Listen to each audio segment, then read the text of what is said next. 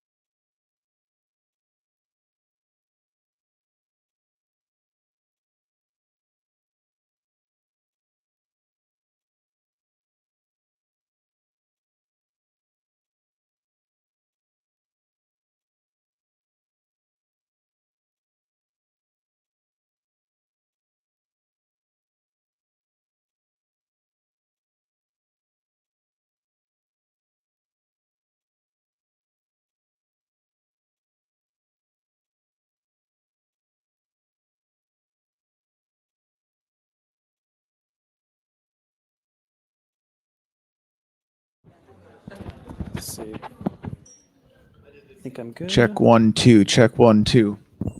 Move this up. Can everybody hear me? Awesome. Great. All right, welcome everyone. This is room 1305. We're about to start an interesting presentation about Next Gen 911. Our speaker is Christian. He serves as the GIS section chief within the Commonwealth of Pennsylvania's Infrastructure and Economic Development IT Delivery Center's GIS division, supporting PEMA, PennDOT, and DCED. Prior to joining the delivery center, he was a geospatial analyst with PEMA, which is the Pennsylvania Emergency Management Agency. And I should note that Christian and his team recently were awarded a Governor's Award of Excellence. So that's pretty exciting. So let's give our hands together for Christian. Thank you so much.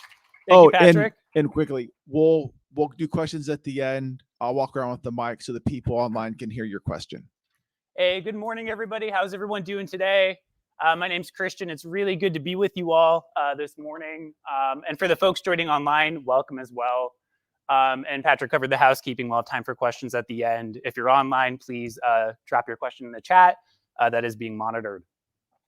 So my name's Christian. I support the Next Gen 911 migration project. I was the statewide coordinator for the GIS component of that project for PEMA, working primarily with our county GIS partners to make sure they had the tools, resources, and support that they needed to build and maintain geospatial data that's capable of supporting the new 911 system. Before I continue, just by a show of hands, how many people in the room have ever had to call 911? I have. Okay, almost everybody. That's surprising to me. 911 is a call you hope you never have to make, but when you make it, you want it to be accurate. You want it to get to the place that it needs to go to the helpers. So what we've been doing with Next Gen 911 is leveraging GIS data to more accurately validate your 911 caller's location and route their call to the correct 911 response center, or PSAP. Now I'm going to talk a little bit about the history of 911 in Pennsylvania. We have a system that we're replacing called Legacy 911. And when you call 911, just to back up, when you call 911, one of the first questions they ask you is, what is the nature of your emergency and where are you? Location is such a central point to a 911 response. They have to know where you are. But within the legacy systems, they don't leverage GIS until after the call gets to the PSAP, or the public safety answering point. So we'll learn a little bit about how the legacy architecture works. It's kind of elegant, especially for a copper line, landline kind of a world. And then we'll learn more about how GIS is used to validate your location and get your call to the right person. All right, so just a quick discussion outline today. I'll start off by defining terms. I'll give a brief overview of the history of 911. We'll talk about GIS standards, best practices, and resources that were developed. Spend a little bit more time on funding and development of resources. And then my favorite conversation is edge cases and challenges, some of the unique kind of things that crop up when you're trying to do a statewide project like this. And then we'll turn it over to Q&A. All right, so let's just start with terminology. Gestalt, it's one of my favorite words. It comes from the field of organizational psychology and design. It essentially means the whole of something is greater than the sum of its individual parts. And I think to illustrate this further, the image of the bicycle behind me is instructive. So it's a fancy road bike. When you look at that, you probably just see a complete picture of bike. But I want your eye to wander and focus in on one particular area. You're going to start to notice there are different components of the bike, right? There are wheels, handlebars, seats, chains, a bike frame. And if you just had all of those components in a pile, you'd have a bunch of different, well-machined parts. But when you realize that they're designed to be interlocking and interdependent, and if you follow a scheme or a plan, you can actually piece them together and build something greater than the sum of just a pile of nice parts. You can build a bicycle, which is capable of taking you across vast distances. And with Next Gen 911 and GIS, that's really analogous to what we're doing. So we're working with our county partners. We have 67 counties in the Commonwealth. Each county has its own GIS division or GIS support. And they're building GIS to support a variety of different business functions. Each county has their own unique business needs. So we need to take that data from the local level, bring it up to the state level, and make it work to support geospatial call routing. So we're standardizing data, building these beautiful data sets, but then we're taking it a step further and using it to locate you when you're calling 911. And the system that we're building is faster, more efficient, and more accurate than the legacy system it's replacing. So we're saving seconds in getting a response to you. And that seconds doesn't sound like a lot, but in an emergency response, it's critical. Every second counts and could save lives. All right. I just want to pause here and read this quote to you. It's from one of my favorite novels, Zen and the Art of Motorcycle Maintenance. So if you get nothing else out of today's talk, you'll get a good book recommendation. Okay, so you look at where you're going and where you are, and it never makes sense. But then you look back at where you've been, and a pattern seems to emerge. So sometimes to look forward and to plan your future, you need to look back and see where you've come from. And I think that's applicable to next generation 911. We're moving into the future of the 911 system in the Commonwealth, but it's important and instructive to see where we've been. Pop quiz. What year did Pennsylvania create a statewide 911 number? Just by a show of hands, how many people think it's A, 1968? One hand. B, 1980? A lot of people. C, 1990? Okay. And D, 2000. All right, so the correct answer is, drum roll. Okay, thank you. 1990.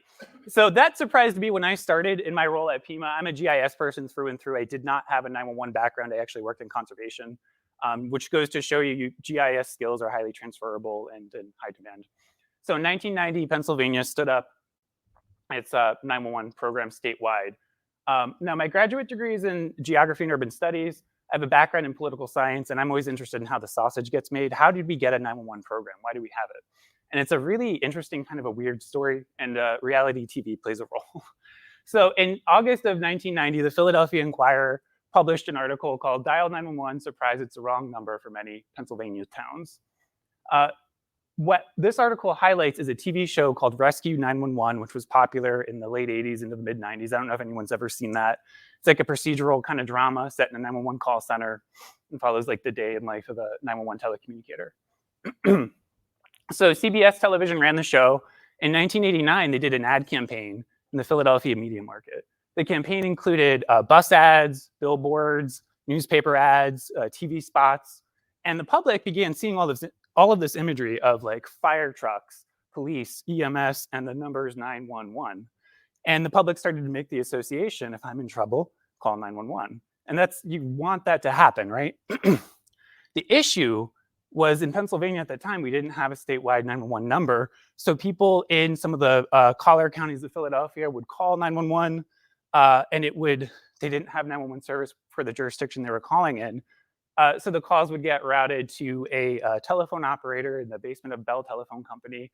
It's a person who's not trained as a 911 telecommunicator, so they don't know what questions to ask. They don't know how to get services to you, and they're not getting any information or any data other than maybe the callback number from the caller. So the telecommunicators were receiving, hundreds of calls per day, and their process was to consult a manual, like paper filing cabinet. They'd have to get someone on the line, keep them on the line, figure out where they are, figure out if they needed fire, law, EMS, or all three, and then kind of rifle through a bunch of papers to figure out how to get them connected.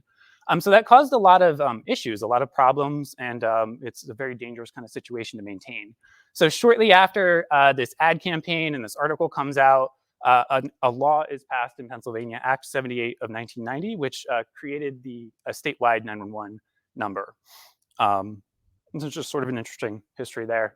Now, prior to Act 78, there were some counties that had 911 service. 36 had some kind of 911 service, but only 12 had what we call enhanced 911 or E911. And I want to pause and just talk about E911 for a minute. Let me just jump ahead real quick. So enhanced 911 uses two databases. One is called the Master Street and Address Guide, or MSAG. That's built and maintained by a county government. And that is all of the addressable locations within your 911 response area.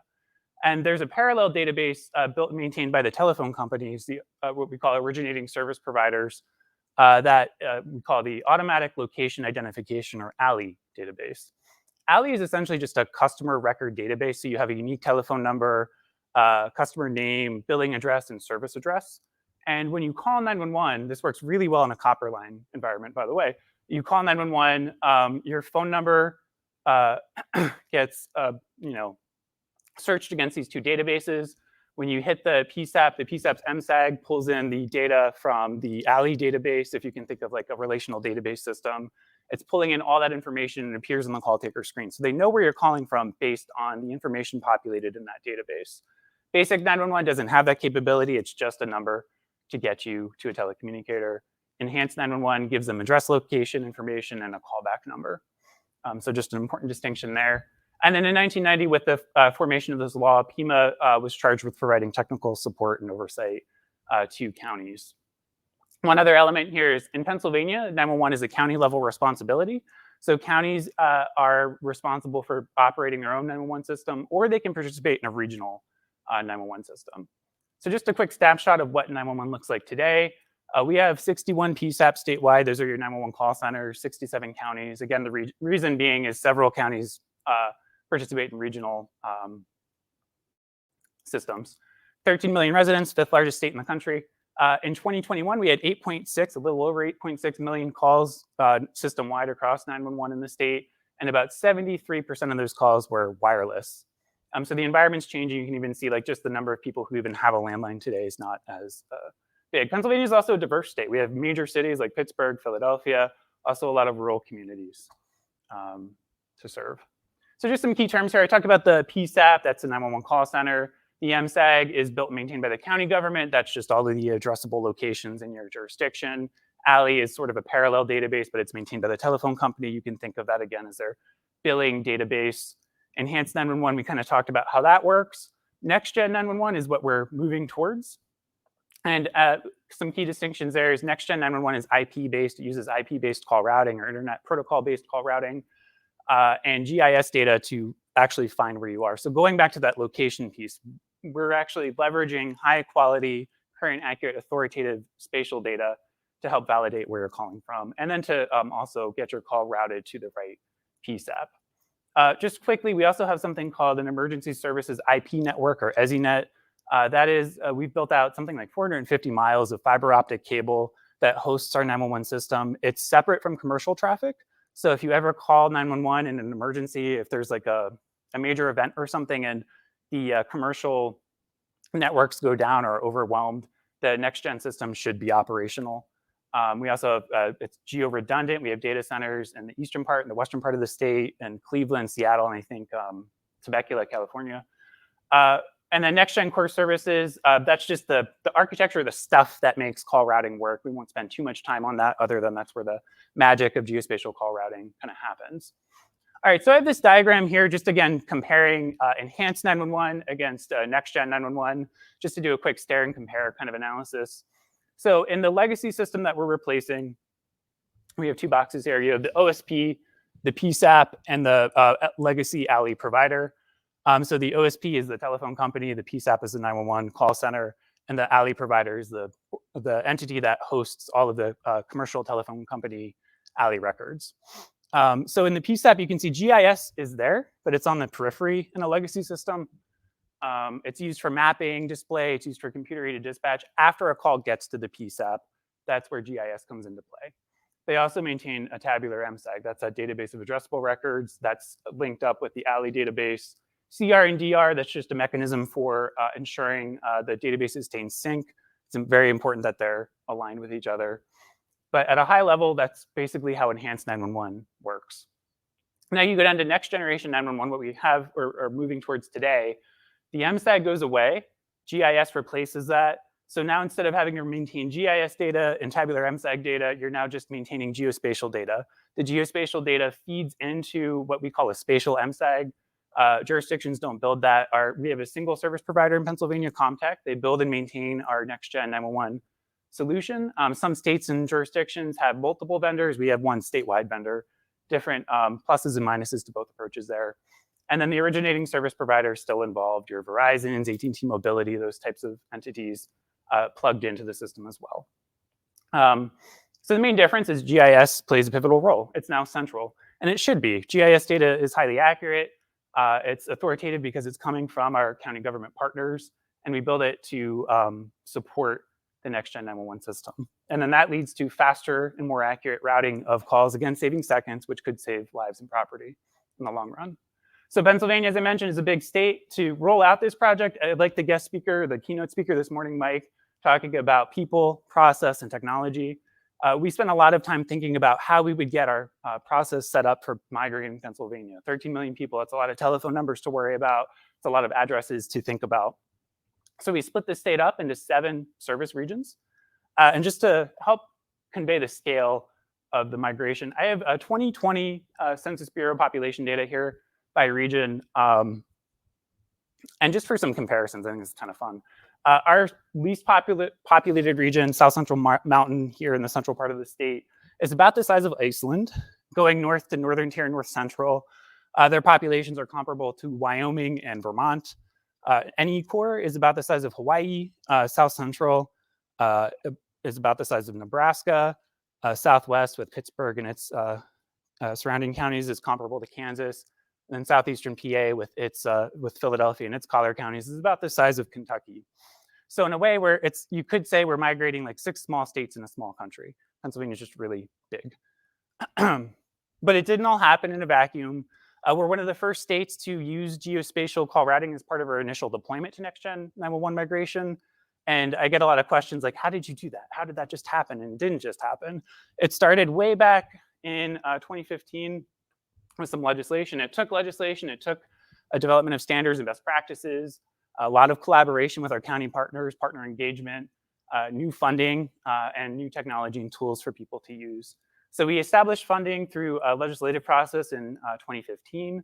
That set up a $1.65 surcharge on every VoIP, landline, and wireless device in the Commonwealth. It's a monthly fee that you pay. So if you check your phone bill tonight, you'll see that on your bill.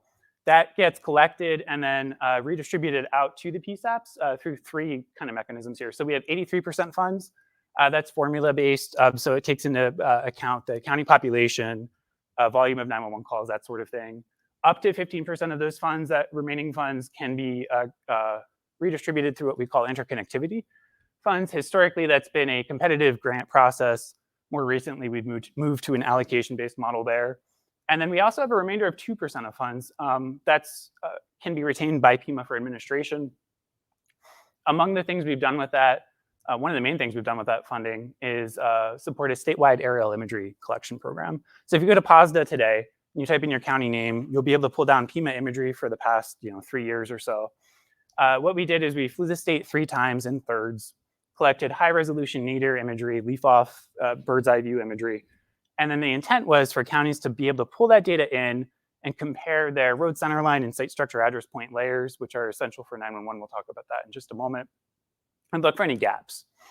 Additionally, though, in the contracting and procurement process, we wanted to make the imagery publicly accessible. And we partnered with Penn State, the people at POSDA, to host the imagery.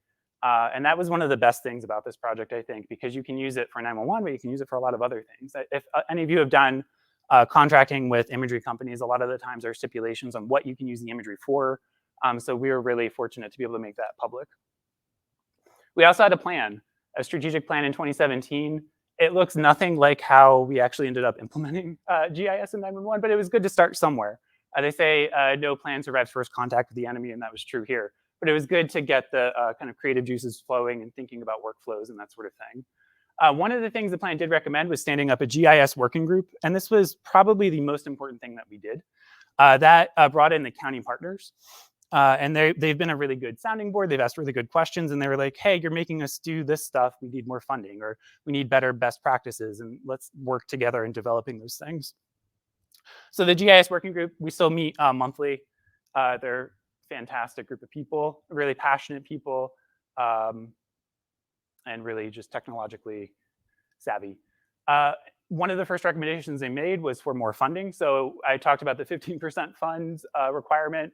We opened that up to GIS projects for NextGen 911. So between 2017 and 2022, our office is awarded north of $13 million in grants to the counties just for GIS data development to get ready. Talk about the imagery contract. We also needed standards development. Again, we have 67 counties, 67 different ways of building data. We needed a standardized approach to developing data so we could use it at scale.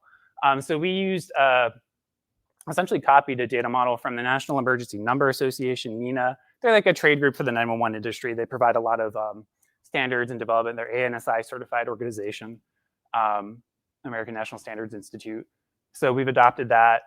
We formalized a lot of the work that we were doing with our county partners in 2019 through legislation. So Act 17 of 2019, the current 911 law, mandates that counties share data to support geospatial call routing with PIMA. But a lot of that work was already kind of started.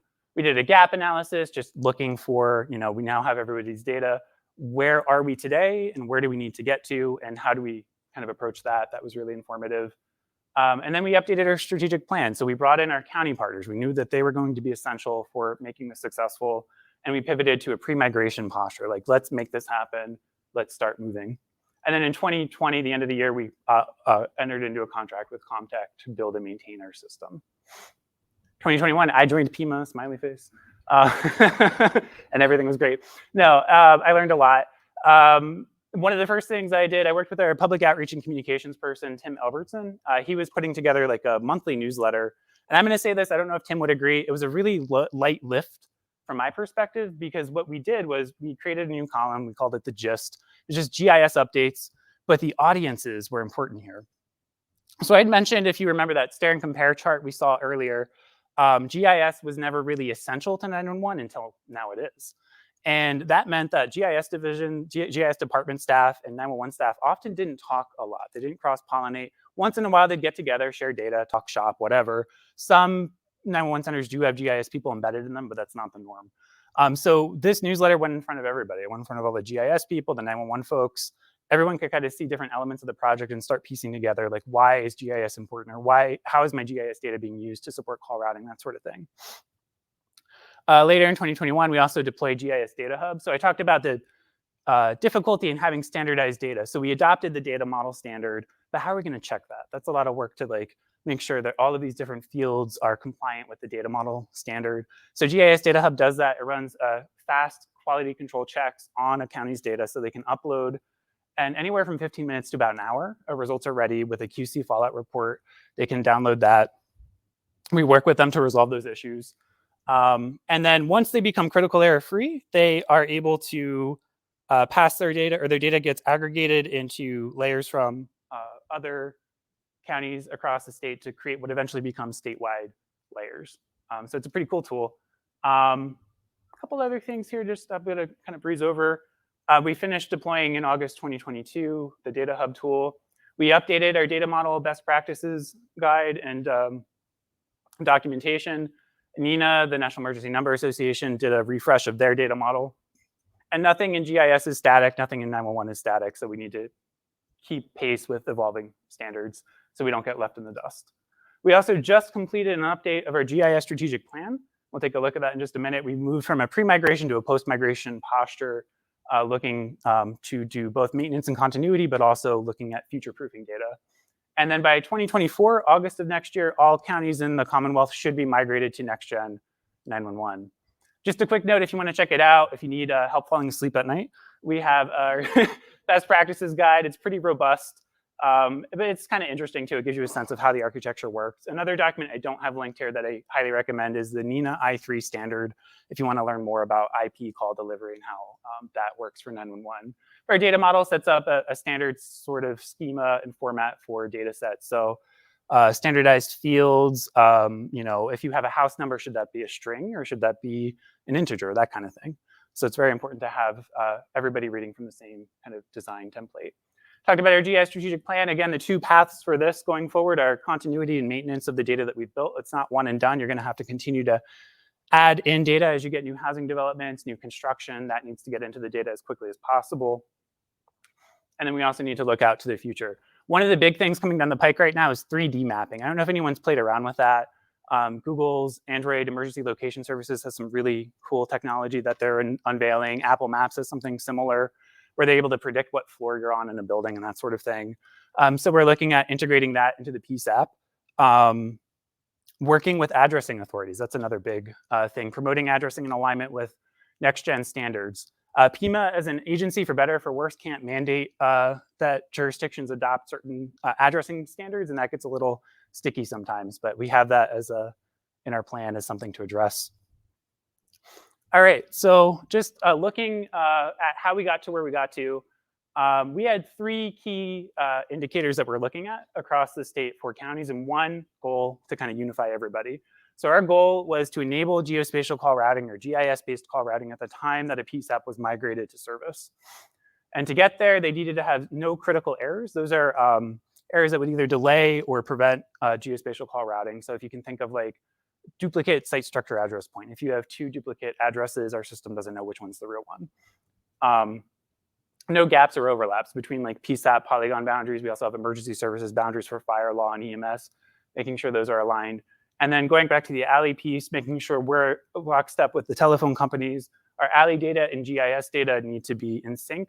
The standard is 98% or greater, but that's really sort of nominal. If you're in Forest County, Pennsylvania, it's 7,600 people. 2% of records falling out there is not that many. Still concerning, I think. But if you're in Philadelphia with 2 million people, it's a lot higher. So we try to get as close to 100% as possible. And then these are the layers that are required from counties. There's a road centerline layer. It's slightly different from the PennDOT layer. We did a conflation analysis with PennDOT and the Federal Highway Administration about 1.5 years ago and found that for various reasons, mostly business need, the counties tended to have a few more road centerline segments and that sort of thing. Site structure address points, these are points over every structure and address in the Commonwealth. I'll show you a map of that towards the end here. It's pretty neat. PSAP boundaries, so this is just the boundary for the area that you have jurisdiction for responding to. ESB boundaries for fire, law, and EMS. And then the provisioning boundary exists to prevent duplicate submissions. And then again, these are required by legislation. And just to kind of get into it a little more with how we use the data to route your call to 911, the road centerline and site structure address points are used to create 2 versions of what we call a spatial MSAG. And they contain a lot of the same information that would be in the master street and address guide that the county used to maintain. We append each segment and each address point with key data points from the PSAP layer and ESB or emergency services boundary layers. So if you're familiar with IP call routing, we have SIP headers, session initiation protocol headers, fields including service URI, service URN, tell the call where to go. And then we have display name, which is usually human readable text like Philadelphia Police Department, that sort of thing. So it's kind of simple. Like you're really just creating this new data set similar to what we had before, but it's relying on up-to-date, current, and authoritative geospatial data. And then we have provisioning boundaries that prevents duplicate data submissions. Just a high-level overview of how Data Hub works. I kind of think I've detailed this pretty well. Counties, I should note, do have access to download these statewide data at any time. And then if you submit a clean data submission and then you submit a new data submission with errors in it, it's not going to get passed into the system. So that's pretty cool. All right, so the workflow for getting to 0 critical errors, we follow these same 5 steps across the state. Stage 1 is really a lot of behind the scenes work. We're getting accounts set up, we're calling people to make sure they can log in and that sort of thing. The big thing, the kickoff, is the Data Hub training, which we talked about. Those were regional trainings. We tried to do them in person. We had some issues with COVID when we launched this. There were some travel restrictions and that sort of thing. But that was good because everyone was able to log into their account. We asked them to try to break it, like use it after the training and come up with questions. And then within about a month to like 6 weeks after that training, we set up regional GIS checkpoint calls with each region. And these follow the same format. They have we have a PowerPoint with current critical error by county, alley to GIS synchronization rate, and then tips and tricks for reducing your error count between now and the next call. And those got really heated and competitive. There was a lot of trash talk in some of the regions, like, oh, we're going to get there first, or like your data set's trash and ours is better, or whatever. So it got kind of fun that way. We also had, and then you kind of do that in between checkpoint calls. We're proactive about reaching out to our counties like, hey, you have like 23 duplicate site structure address points. Can we walk you through how to resolve those? So very hands-on approach, high-touch approach, I would say. And then eventually we get to having 0 critical errors in a region. We'll normally just pause the meetings until migration. We might do one more right before migration. And then we get to that point where we're ready. We do a go, no call with each jurisdiction. There may be some minor issues that come up. There may be some gaps over like farmland or forest land or that sort of thing. But we want to make sure everyone's aware of those and going into migration, eyes wide open. And there are no concerns from a GIS perspective. Talked about funding. So the $1.65 surcharge generates about $317 million annually. Most of that gets reallocated back to PSAPs. One thing we don't capture well is county and regional investment. There is a lot of county and regional investment that goes into this kind of a project, as you can imagine, and want to recognize our counties there. All right, this is the fun stuff for me. All right, so edge cases. I'm coming in as like the guy from Pima and Harrisburg. I don't know the specifics about a county or the issues that they're dealing with. To resolve a lot of these questions, you need to know, you need local knowledge, you need cross-jurisdictional collaboration, and you need people who are capable of like addressing what are inherently spatial questions. One of my favorite ones is, how accurate is accurate? So when you're building data, okay. When you're building data, you need to understand its source, its authorship, all of that stuff, all of the things that are going in to build it. How many people have played around with parcel data sets from your counties? Who would say a parcel data set comes from a county government? It's usually from assessor's office, right? It's authoritative in the sense that it comes from a government source. It might be another office, it might not be the assessor, but you get the picture. It's usually county generated data. But if you were to take your parcel data and compare it to like a deed for a property you just bought, or a property boundary survey, do you think the meets and bounds are going to align with the property survey? It might, but it might not. Like a lot of the time that data can be inaccurate. So in a lot of instances, PSAP boundaries are sort of drawn using, in part, parcel data. And there might be a better way of doing things if you pull in imagery and work with your neighbors and see where they draw the line, that kind of thing. One weird one that came up a couple of times, mostly in the western part of the state, also in the Northeast, is instances where a municipality sits in two counties. I didn't know that could happen, but it can. And it becomes an issue because you don't know where, like, should 911 respond, like, if you're in one county, should 911 respond to the entirety of the borough or the municipality, or should you split it by county? And then there are some interesting questions, we'll take a look at that in just a minute, that come up from that. Also, if there's an area in your county that's more remote to your emergency services and might be better reached by your neighboring county, should you redraw the PSAP boundaries so that they have the response? Those kinds of things come up. The other really weird one I had, this came up like more than it should have. It gives me anxiety to think about if I were like a resident there. There are numerous instances in the Commonwealth where there's a municipality and they're like the boundary between two municipalities has a road. And the left side of the road is Main Street and the right side of the road is First Street. Super weird and confusing for 911 response and all that. So we had to work through those issues and how to display it. So just an example of a cross-jurisdictional municipality, McDonald Borough, it's in Washington County. That's also in Allegheny County. They worked out an agreement with Allegheny where Washington would provide 911 response and emergency services for the entirety of the borough here. They also agreed to do GIS data maintenance and sharing for this swath of the borough. So this red line is what we call the provisioning boundary. In some cases, counties will take this approach. In some cases, the county will respond here, but this county would be responsible for maintaining and uploading this swath of data. It gets kind of granular there.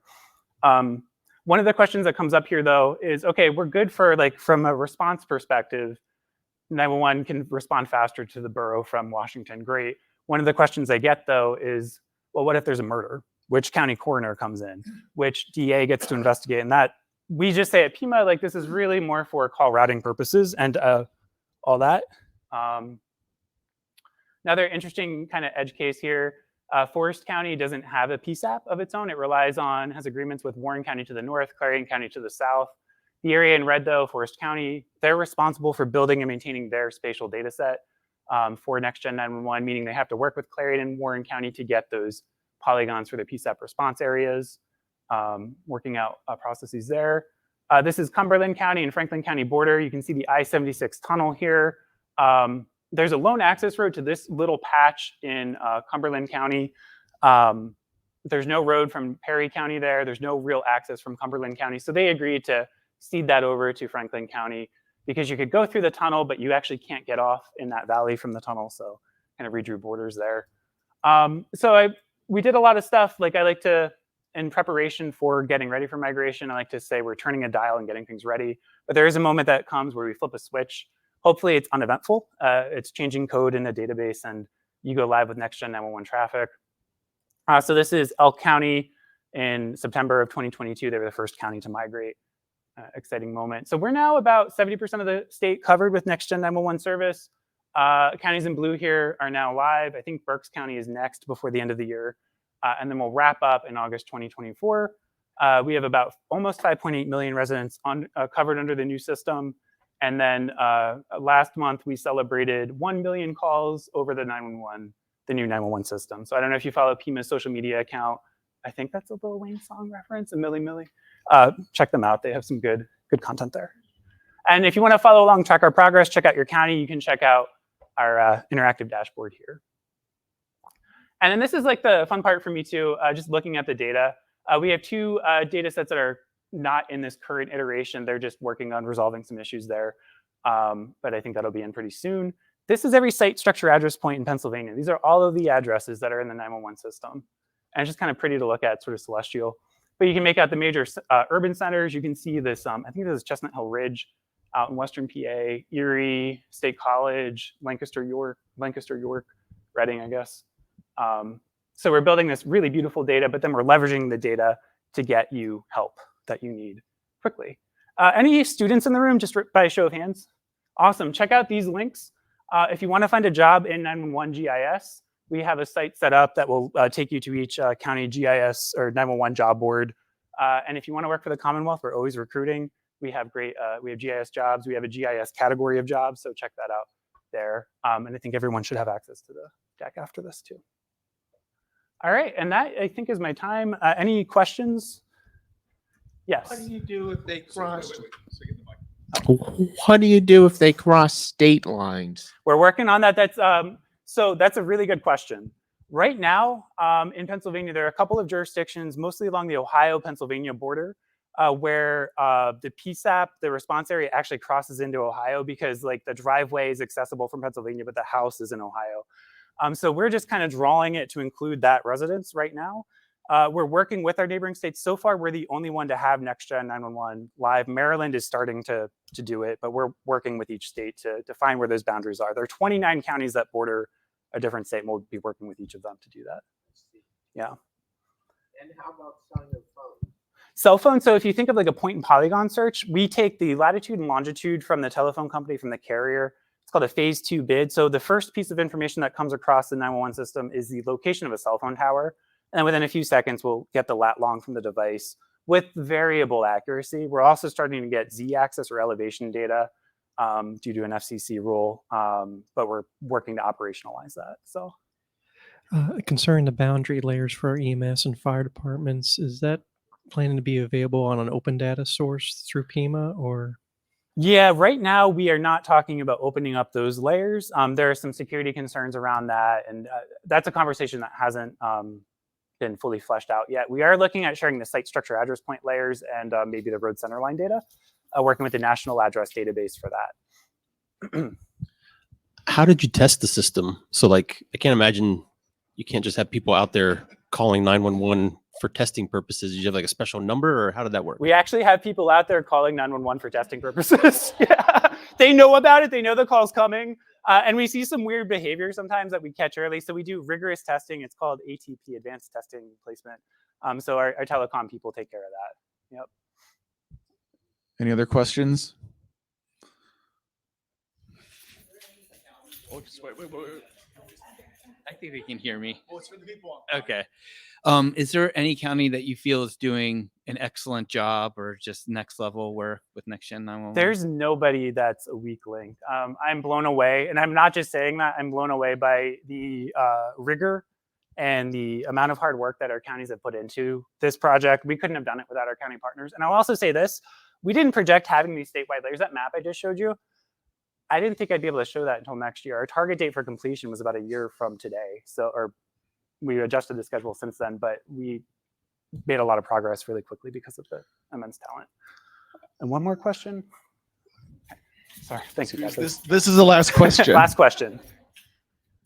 I was just curious if you actually had any data on the differing response times from the old system to the new system. We are working on getting that together. I can't speak to specifics of what that would look like. I know we're seeing faster delivery of calls and more data also going over the system in terms of like location, whereas like with wireless calls in specific, Counties would typically get the location of a cell tower and be like, 123 Broadcasting Road or something as the address. But with the advent or the implementation of the EZNet, the fiber optic network, we're seeing that data come through, and we're speculating that it's because they just didn't have a wide enough tunnel to get that extra data in the lat long from the carriers. And so now we're seeing more accurate location there. Yeah. Well, thank you, everybody. I have my contact information here. Feel free to reach out. I'm also, I think, LinkedIn. I don't have the link there, but love to chat with you. If you're a student, again, check out the job site. And thank you all for having me, and have a great GIS day. Thank you, Christian. The next sessions will be in about 4 to 5 minutes. If you need to use the bathroom out that door, I think to the left is men's, to the right is women's. So you can stay up here, you can go back downstairs.